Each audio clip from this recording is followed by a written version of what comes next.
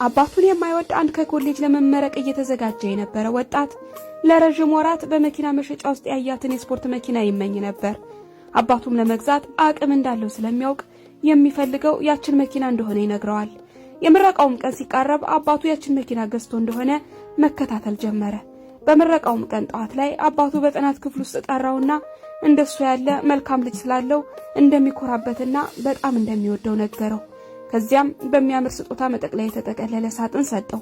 ውስጡ ያለውን ለማየት ተጣድፎ ስጦታውን ሲከፍተው የቆዳ መሸፈኛ ያለው መጽሐፍ ቅዱስ ስለነበር በጣም በንዴት ጦፎ ካለህ ሁሉ ንብረት እንዴት መጽሐፍ ቅዱስን ትሰጠኛለህ ብሎ አባቱ ላይ ጮኸና ሰውነቱን እያወራጨ መጽሐፍ ቅዱስን እዛው ጥሎ ወጣ።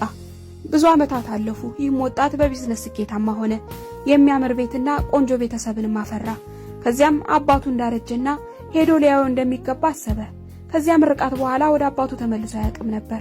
ወደ አባቱም እየሄደ እያለ አባቱ ማረፉንና ሀብቱን ሁሉ በሱ እንዳስተላለፈ መልእክት ደረሰው። ልቡ በሐዘንና በጸጸት ተሞላ።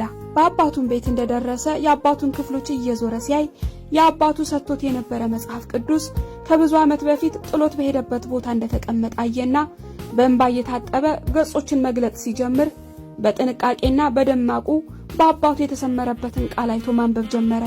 ማቴዎስ 7:11 እንኪያንስ እናንተ ክፉዎች ስትሆኑ ለልጆቻችሁ መልካም ስጦታ መስጠትን ካወቃችሁ በሰማይ ያለው አባታችሁ ለሚለምኑት እንዴት አብልጦ መልካምን ነገር ይሰጣቸው።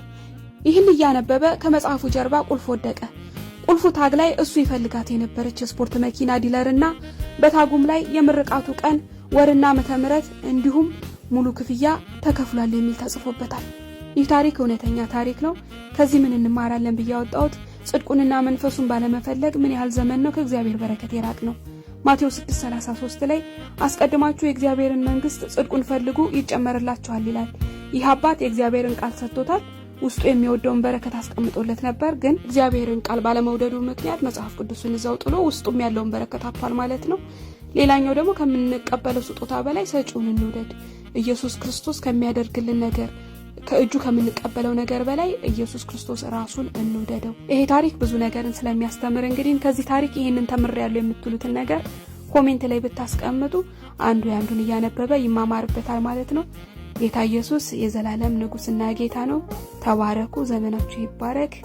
እናንተ ጌታ ኢየሱስ ክርስቶስን ያላገኛችሁ ወደዚህ ዕረፍት ያልመጣችሁ ኑና ወደዚህ የዘላለም ዕረፍት ወደ ሆነውና የዘላለም ሕይወት ወደ ሆነው ወደ ክርስቶስ ኢየሱስ ኑና ዕረፉ።